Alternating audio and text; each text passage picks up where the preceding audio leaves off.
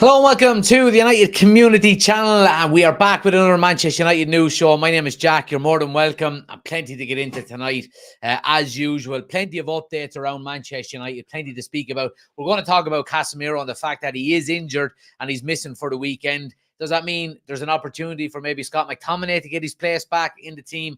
We'll discuss that. We're also going to talk about Man United and the takeover with Jim Radcliffe. Supposedly, Man United decide on the new leadership committee as part of the Jim Radcliffe deal. To be honest with you, it doesn't sound too good to me. Let me just drop a little hint. Glazers. That's all I'll say. Fabrizio Romano also shares an update on Sheik making another Manchester United offer. So we'll talk about that as well. And is Jadon Sancho set for the exit door finally in January after the most telling sign yet from the club in their standoff against the player? So we'll talk about Jadon Sancho. Romano also shares major Man United and Mason Greenwood update. So we're going to talk about that as well. And yeah, look, please do smash the like and subscribe button, guys, as usual. And get your thoughts into the comment section below. We're on the road to 5,000 subscribers before Christmas. So hit that subscribe button if you're new to the channel. And like I said, get your thoughts into the comment section because it's fueled by ye. So thanks for coming in and joining us. But look, we'll jump straight into it here. Anybody watching on YouTube, you can see the article on screen. Anybody watching on TikTok, if you do want the full experience, get over to YouTube. Link is on my homepage. We've got all of the articles up on the screen. So Casemiro out for the United game on the weekend against Sheffield United.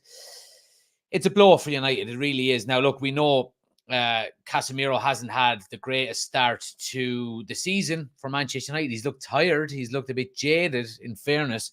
And he has picked up an injury on international duty. International duty is just a gift that keeps on giving. You know, especially as an Ireland fan, you know, we don't always have a lot to shout and support when it comes to international games. So, yeah, I'm not a big fan of him, to be quite honest. But look, Casemiro picks up an injury. He is going to miss the game against Sheffield United on the weekend. And he has remained in Brazil on the club's advice to recover as swiftly as possible from a small issue picked up while playing for his country. I think it's an ankle issue. So, what does that mean for our central midfield on the weekend? Because, you know, we do know that we've had a lot of issues in central midfield, and he being Eric Ten Hag, I don't think probably knows his best midfield three because we've had so many injuries and because it's, you know, he's chopped and changed so much. Good news is that Amrabat is fit and available for the weekend. There was reports suggesting that he might miss out because he dropped out of Morocco's international squad, missed both games and returned back to Manchester. But he was in training today, trained fully with the squad. So he's going to be available. Question is around Scott McTominay. And, you know, obviously the heroics that he showed at the end of the Brentford game a couple of weeks back. Does that mean he should be starting for Manchester United in midfield? I'll leave that up to you. I'll let you get your thoughts and opinions in while we discuss it. But central midfield is a very, very important area for United at the moment, and it's an area that we've struggled in. It has to be said. A lot of the goals that we've conceded have come from, you know, I won't say directly from central midfield, but we've been played through quite easily. Now, the majority of the issues that we've had is that Casemiro has been asked to do too much as a CDM on his own. So if we're talking about Casemiro trying to cover the, you know, and be a single pivot as a defensive midfielder with the likes of Bruno Fernandes and Mason Mount playing ahead of him, it's just too much for one man to do, especially someone the wrong side of 30 years of age. You know, whatever about a young 23, 24, 25-year-old with some experience and youth on his side, I think it's too much to ask for Casemiro. We've been hoping to see Amrabat and Casemiro play alongside each other, and I think we will eventually. But I think so far, either one has been injured or the other has been injured, or, Amrabat has been covering at left back or so on and so forth. And we haven't seen them both play together an awful lot. So does it mean Scott McTominay maybe comes in alongside an Amrabat with Bruno Fernandes there as well? Anybody who's been watching this channel for long enough will know my opinions on Scott McTominay. I don't think he's good enough long-term for Manchester United. And I've always said he does wear his heart on his sleeve, and he will always give you 100%.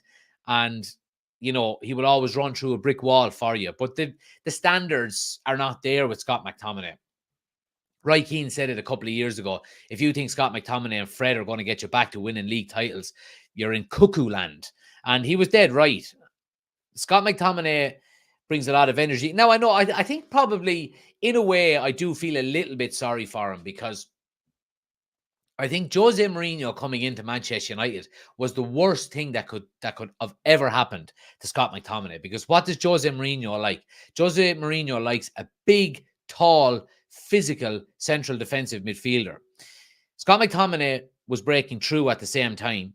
Big, physical, strong, but not a central defensive midfielder. Scott McTominay, believe it or not, is better in the 8, or he's better in the 10.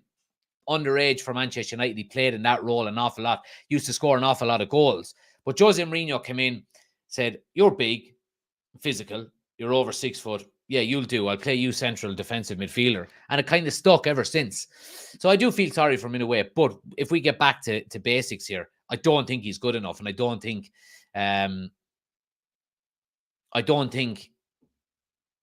he deserves a long, stretch in the team. I really don't, regardless of injuries. Now, look, we've also got Mason Mount.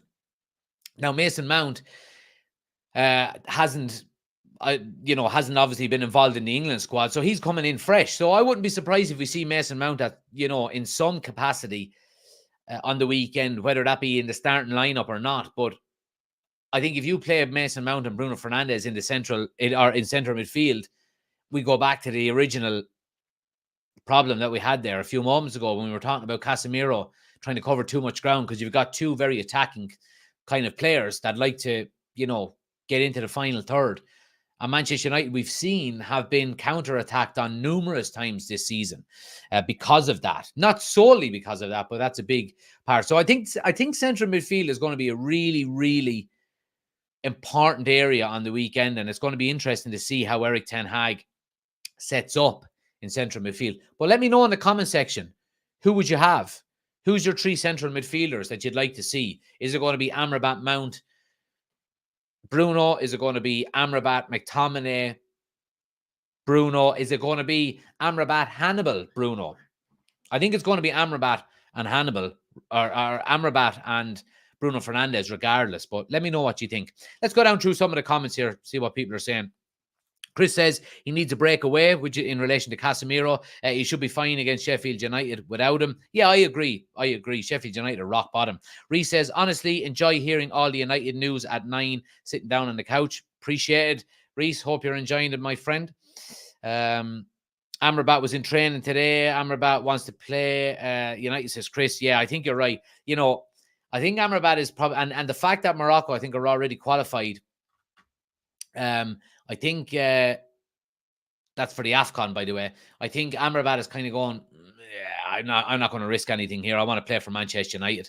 Ben says, I'd play Amrabat, Bruno and Hannibal in midfield. There we go. Reece says, his free kick as well for Scotland, but it could be like Harry, a lot of bad games, then a few good ones sprinkled in. Absolutely. I think, the likes of Harry Maguire, Scott McTominay, Fred, Martial, these types of players over the last few years have been that kind of ilk of player, where I mentioned in a couple of days ago that if you take Lisandro Martinez, for example, he's had last season was 95% of his games were brilliant. A small little sprinkle of bad ones, like every player has. But it's the opposite way around for the likes of Maguire, McTominay, these types of players, where the majority of their games are poor with a sprinkle of 1 or 2 good games. And Scott McTominay had a good 6 minutes against Brentford the week before last. So I don't think that really garnishes a place. But look, Eric Ten Hag will have his homework done. He'll know what he needs against Sheffield United. So let's see what happens. Chris says, McMuffin played the last 5 minutes of the Brentford game when we were just throwing everyone forward and scoring. McMuffin has shown he can't play a double pivot consistently. Well, that goes back to the point that I was saying, Chris, that Scott McTominay is probably more beneficial to you in a more advanced role, if that's in an 8 or it's in a 10. But we know he's not going to get in there ahead of, a Bruno Fernandes or probably even a Mason Mount, you would say. Aaron says, I think Scott is better as an 8 or 10 than a 6, but Bruno plays there and he's miles ahead of Scott. Absolutely. I would rather see Dan Gore before safety whistle, says Chris. Reese says, pray to God Scott stays consistent. Chris says, Mount and Amrabat with Bruno in front of them at the 10. There we go. Owen says, we should start Scott in a role like he plays for Scotland. Again, yeah, a lot of people saying the same thing in a more advanced role. Depends really. We need to know he can play consistent, not just a few games. Yep, absolutely.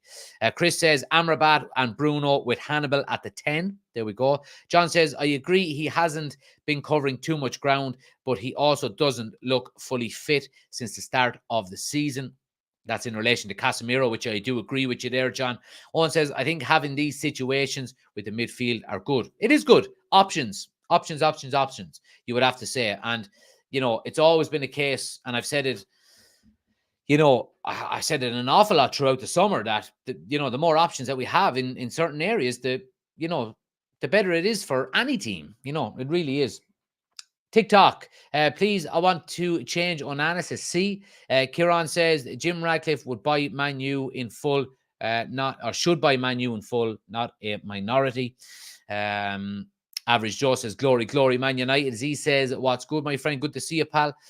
Good to see everybody in Hardwired there as well. Anyway, let's move it on, guys. And we're going to talk about the takeover or the partial takeover of Manchester United with Jim Radcliffe.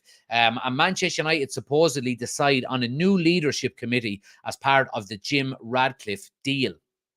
So basically what this means is there's a new committee being put together in terms of the footballing side. So as we know, anybody on TikTok, by the way, all of these articles are up on the screen on YouTube if you want to come over and join us. Link is on the homepage. So Jim Radcliffe's proposed stake for Manchester United would see Sir Dave Brailsford and Joel Glazer sitting on a committee overseeing football matters. Now, this is coming from the Financial Times, which is obviously a very legitimate source. It goes on to say that Manchester United's commercial operation would remain under the Glazers' control, although Sir Jim Radcliffe, as a large shareholder and board director, would command some influence. Now, this committee of these three men, I don't know an awful lot about Brailsford, I have to say. Jim Radcliffe obviously is going to be, the main man there, but we're seeing a Glazer sneak his fucking ugly head in on this committee. And it's been quite clear and quite evident over the last 10 years, and even beyond that Joel Glazer hasn't a fucking clue about football and what needs to be done on the footballing side of Manchester United, because we've seen over the last 10 years that the Glazers haven't a clue what they're talking about. So for one of the Glazers to be involved in this so-called leadership committee on the footballing side of Manchester United is quite worrying. Is it part of the deal for Jim Radcliffe to buy 20%? I would probably assume so. I think the Glazers probably have a lot of these clauses involved in Jim getting 25% of Manchester United. If he is to be taking over the footballing side of it, you would hope we can have a full reset, because we've seen what the Glazers have done over the last 15, 20 years. They haven't a clue about football. They don't know how to run a footballing club. They know how to put people in place to make them money. Well, let them do that on the business side of the club. When it comes to the footballing side, if it is going to be Jim Radcliffe that's coming in, all right, we're not too happy that he's keeping the Glazers there. But if it is going to be a full ownership in 3-4 years' time, give him the football and reins now, because it can't get any worse. It can't get any worse. Let him bring in a footballing director if he wants. Let him bring in his own people, because at the moment, the Glazers aren't the answer, and they never have been. So there we go. It is quite worrying, you would have to say.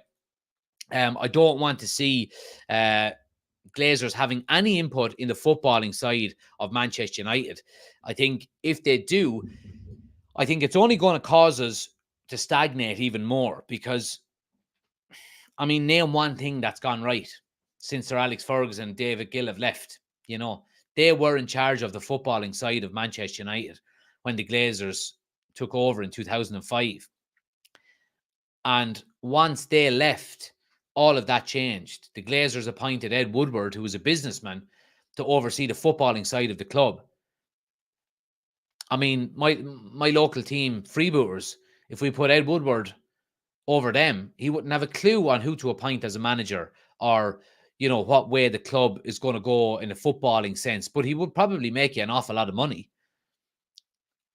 And that's the difference. You know, if you look at Man City, for example, and Liverpool, they're the two standouts. And even Arsenal are beginning to kind of claw their way into this category. They've got layers to their footballing club. You know, they've got layers to different aspects of the business. Business side is business. Footballing side is football, you know, and they've got footballing people in footballing roles. And I say this an awful lot. Look at Arsenal, for example, Edu. You know, he's the main footballing director there. He oversees everything. He liaises with the manager, the scouting department, all of these kind of things. And it's been working for Arsenal. You know, Liverpool, similar. Man City, we know how layered they are and how successful they've been with the same kind of model. So I think it's important that United do transition to this type of footballing model. And it worries me that Joel Glazer is going to be involved because if he is going to be, and he still will be the majority, you know, one of the majority stakeholders in Manchester United, even after Sir Jim buys 25%, he's going to say, no, I want this. No, I want that. No, I love Anthony Martial. Let's fucking extend his contract, even though basically every manager since he was signed has wanted to get rid of him. You know, so that's the big concern there. It really is. Let's see what people are saying in the chat here as well. Chris says, oh, let's see. There's more up here.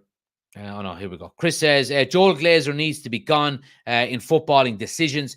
Joel Glazer is why we didn't get rid of Martial sooner. There we go. Yeah, just mentioned it as well. He had a boner for Martial. Absolutely, he did. Mahindra says, new subscriber from India. Am I welcome? You absolutely are welcome, my friend. Thanks for joining. Hope you enjoy the content. We're here every night from 9 p.m. UK time, and we do all of the watch-alongs as well throughout the season. So you are more than welcome, and thanks for joining. Reese says, did Sheik make any new offers for Manchester United, or is he fully out? Well, look, let's get on to that now, because I did want to just mention this as well before we get off of the Jim Radcliffe side. One source has said that Sir Jim Radcliffe is aiming to make a mark quickly on the pitch to signal to Manchester United fans that despite the Glazers remaining as majority owners, his arrival would represent a break from the past. Now, it does go on to say that the makeup of Manchester United's potential football committee means that power will ultimately be with Radcliffe and Brailsford, but sources said it was ludicrous to think the Glazers would surrender all control. And that's the worrying part, you know, the Glazers remaining in control in some capacity. And this is why we've been worried for the past few days about, you know, the likes of Jim Radcliffe keeping the Glazers on in relation to the bid that he's put in, you know. So, yeah, there we go. Mahindra says, I am a Man United fan, but I support any team Antonio Conte manages. Any chance Conte replaces our current coach? Absolutely not. Absolutely not, I'm afraid. Yeah, there was talks before Ten Hag got the job that it was between him and Conte got it, and I'm happy he got it. I like Conte. But anyway, look, let's move it on, and we'll talk about Sheik Jazim, because there has been some, I'm not even going to say reports because they're not. It's Twitter. The Twitterverse has been speaking over the last few days in relation to, you know, some outlets on Twitter saying that Sheik Jazim is, you know, still in the race, and this is all applied to, you know, I suppose, leverage a deal for United and make the Glazers, maybe choose him. But anyway, Fabrizio Romano has given an update in relation to this, and he has said, in no uncertain terms, that Qatar are out. Manchester United were put up for sale by the Glazers 11 months ago. Italian journalist Fabrizio Romano has provided the latest update on Sheik Jassim bin Hamad Al Thani's chances of buying the Old Trafford outfit. Manchester United will not be sold to Sheik Jassim after he pulled out of negotiations to buy the Old Trafford outfit, as journalist Fabrizio Romano provides an update on it. According to Romano, Sheik Jassim has no intentions of returning to negotiations to buy Manchester United. The journalist reports that sources close to the Qatari businessman say this is 100% guaranteed, and that the Glazers have been informed of his decision to pull out of any potential deal. So, yeah, there we go. Sheik Jassim is out. He is out. He's not coming back. It's going... Sorry, what am I doing here? It's going to be Jim Radcliffe. It's going to be Jim Radcliffe. There's no two ways about it.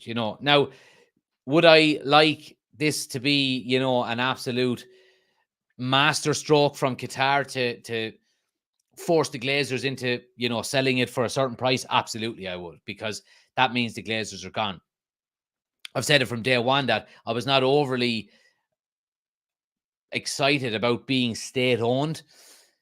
The reason why I would say the majority of Manchester United supporters were in favour of Qatar over anybody else was because it meant a full sale, and it meant the Glazers gone for good, never to return. And I think that's why we've seen a big backlash in relation to the Jim Radcliffe successful bid, supposedly, that it means the Glazers stay. And that's the big concern. It really is. Yeah, it really is. Reese says, Amy is in as well. Good afternoon. Levy won't sell it to them. Reese says, I wonder if Sheik didn't go for 100% and gave the Glazers maybe 20%. Would the Glazers maybe decide we still have some control, just not as much, then come in with the rest later on for 100%? Well, that's basically what Jim Radcliffe is looking to do, Reese. So the reason why these were the two main bidders is because they were different. Sheik Jassim wanted 100%. Jim Radcliffe wanted minority stake, with the option to buy fully later down the line. Now, I was reading a report in The Athletic today saying, why would anybody want... It's basically saying, what is the benefit to buying a minority stake in Manchester United? And there was a number of different things. Now, Jim Radcliffe is slightly different here because it's been made so public, but the majority of billionaires or millionaires who buy a minority stake in a club do it because, first and foremost, they don't receive maybe the criticism that the majority stakeholder would receive, and they're just kind of in the background. Second of all, it's to get their foot in the door, and that's certainly what Jim Radcliffe is looking to do. He's looking to get his foot in the door, and he's made it quite clear, supposedly, if the reports are to be believed, and basically every legitimate source is coming out and saying that he does want to own it 100% down the line. I think a lot of it means that, if he comes in and buys 25% now instead of 100% and things go south, you're obviously not committing as much capital to buying Manchester United. You're buying a minority stake now, and let's see how we get on with that 25%.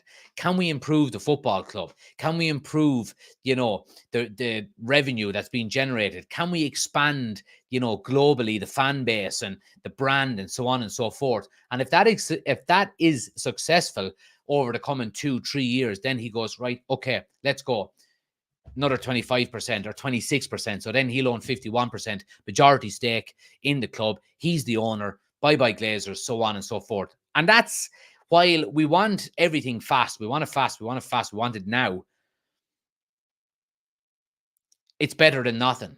It really is better than nothing, you would have to say, Let's see. Chris says, Sir David Brailsford is a cycling coach, for shit's sake, former director of British Cycling, director of sport for OG Nice. We are a laughingstock. Well, that's the worry, like, what capacity is he coming in under? Is he coming in as a sporting director?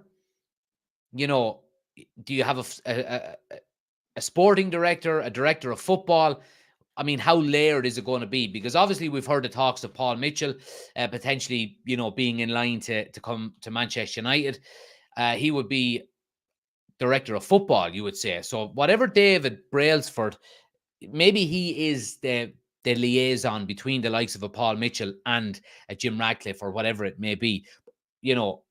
I don't know. Or maybe it's the fact that if it is going to be a 3-man committee with Jim Radcliffe, David Brailsford, and Joel Glazer on it, David Brailsford is, I suppose, how do I say this without making it too obvious? But he would probably take Jim Radcliffe's side more than anything else, because he's worked with him before and he's employed by Jim Radcliffe or so on and so forth. And they've got a really strong connection together. So if it is a case where,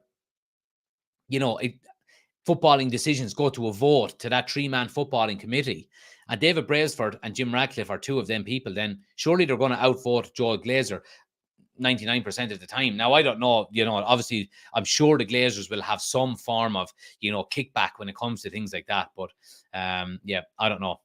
But let's see what happens. Ben says, the whole takeover thing needs to be done and dusted. Whatever is happening seems like it's been going on forever. Absolutely, it does. Reece says, to be fully honest, we don't know what Jim will do. He hasn't told us his plans like Sheik has. He may be not as bad as we're thinking. I think we may only be focused on getting the Glazers out. Well, the reason why Jim Radcliffe hasn't kind of put out his plan for the club like Sheik Jazim has is because Sheik Jazim was buying 100% and Jim Radcliffe was buying partial. He was buying a minority stake, so he didn't really know what kind of power he was going to get. Qatar basically were going, we want everything or we want nothing. And if we get everything, this is what we're going to do. Whereas Jim Radcliffe didn't really know what way his bid was going to land. Is he going, like we said, he's changed only a month ago to this 25% that we're now looking at. So I think that's probably the reason why. And they're probably still under NDAs, which are non-disclosure agreements. And once everything is signed, sealed, and delivered and is rubber stamped, I'm sure we will get, Jim Radcliffe coming out and telling us what he wants to do with the club and the direction he wants to go in.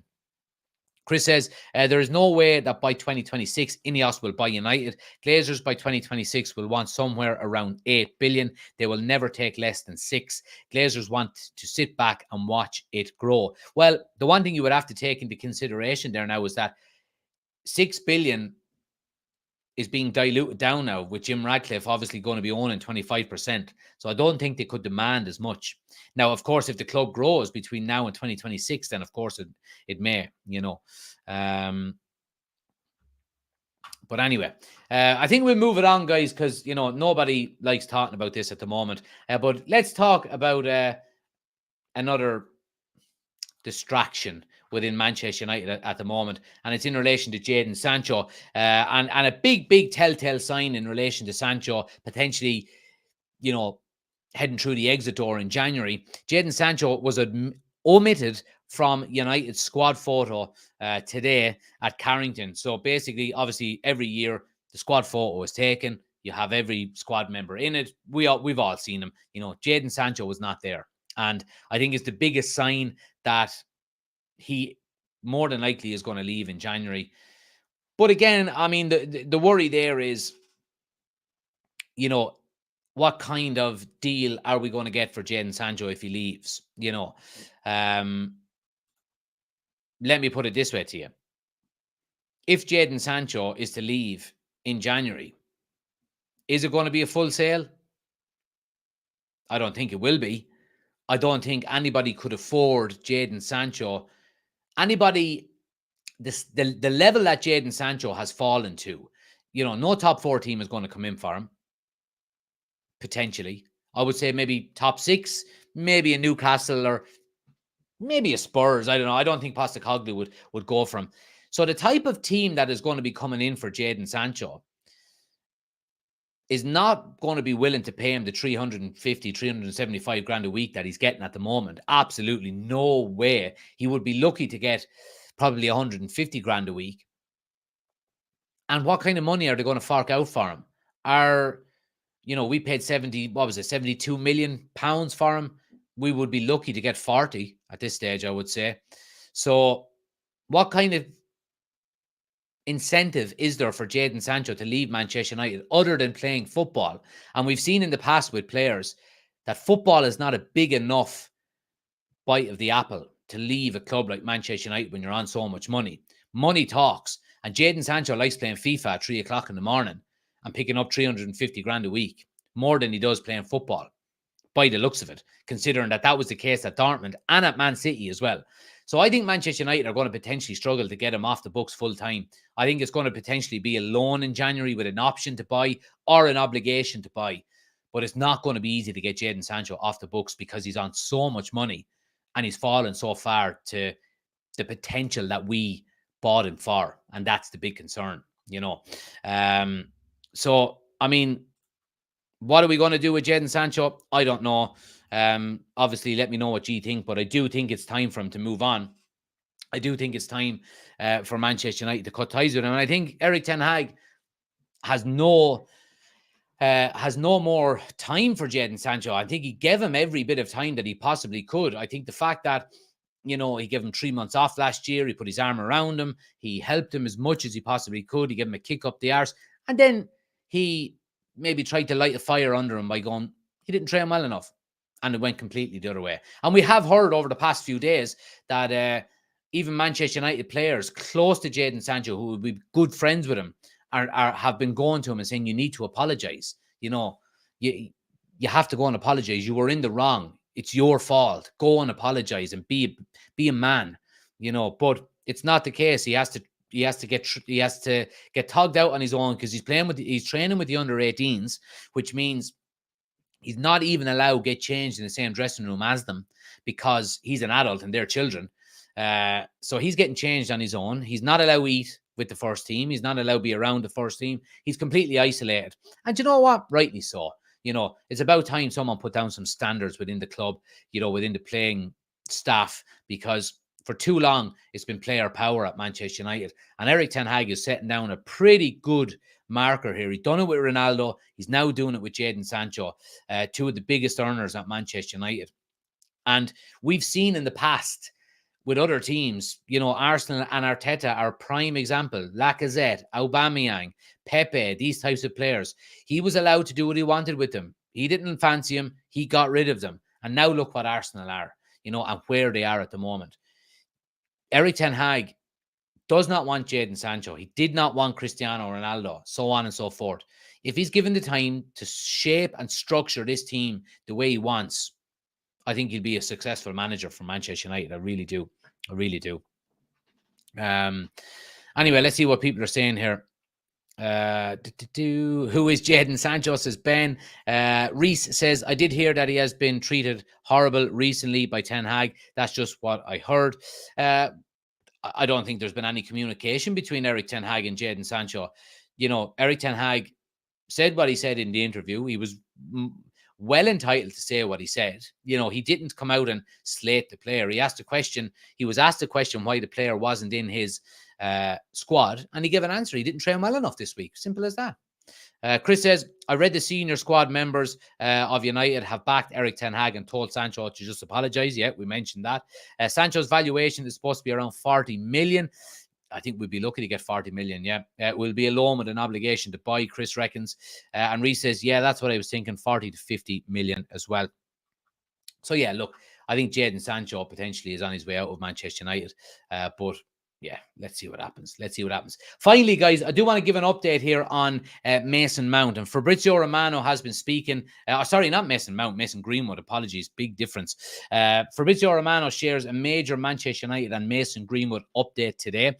So basically, Manchester United will offload Mason Greenwood when his season-long loan with Getafe comes to an end at the end of the season. United previously confirmed it had been mutually agreed that their academy product would continue his career elsewhere following an internal investigation. Greenwood has made a promising start to his spell with Getafe, which has led to interest from elsewhere. Manchester United are set to sanction Mason Greenwood's departure from Old Trafford, with his loan spell at Getafe comes to an end next summer.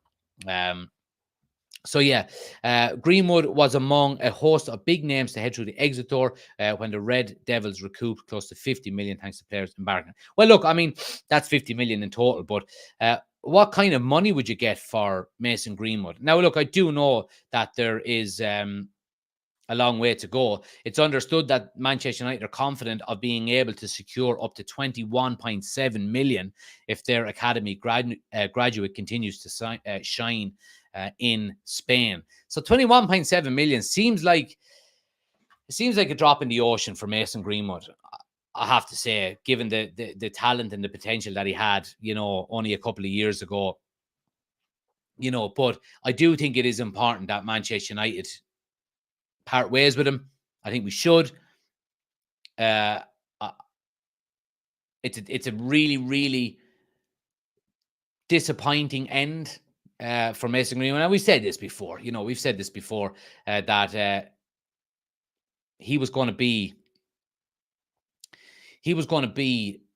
probably up there with the class of 92 in terms of talent and in terms of just raw ability.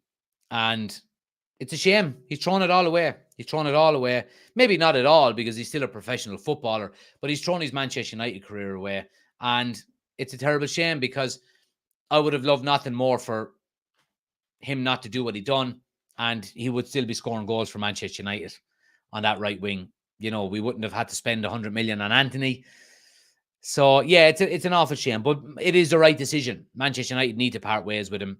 And, I mean, he could score 50 goals in La Liga this season. I don't see United keeping him next season. I really don't. And you will have the younger side of the fan base who tend to support players more so than they do clubs, who will want him to come back. But I think it's very important that we set a good example, and I think it's important that he does leave. Standards are returned to Manchester United slowly but surely, hopefully. But yeah, I do think it's time for Mason Greenwood to go. I really do. But yeah, guys, look, that's it. That's the update so far. Again, look, I mean, the takeover is the main one in relation to off the field talks. This whole 3-man committee that we're talking about with, David Brailsford, Jim Radcliffe, and Joel Glazer, and then on the field, Casemiro, disappointing that he is injured, but Amrabat is good to go, which is good. And Reguilon is back as well, by the way. He trained fully today for Manchester United, which is a great positive going into the weekend's games, because our defense has been ripped to shreds with injuries so far this season. But please do smash a like on the video, guys, if you haven't already done so. I really do appreciate it. We've got 10 likes there. So anyone else who hasn't hit the like button, please do, because it helps the channel out an awful lot. Hit the share button too. Share it with your friends. Share it with anybody who might be interested in the content. We're on the road to 5,000 subscribers.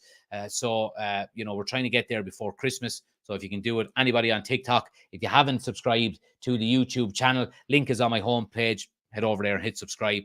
My match preview is up as well, guys. I uploaded it today. So if you haven't checked out my match preview, go check it out. I've got my predicted 11. I do have Casemiro in it, though. I recorded it before I knew he was injured. So go check that out. Give it a like.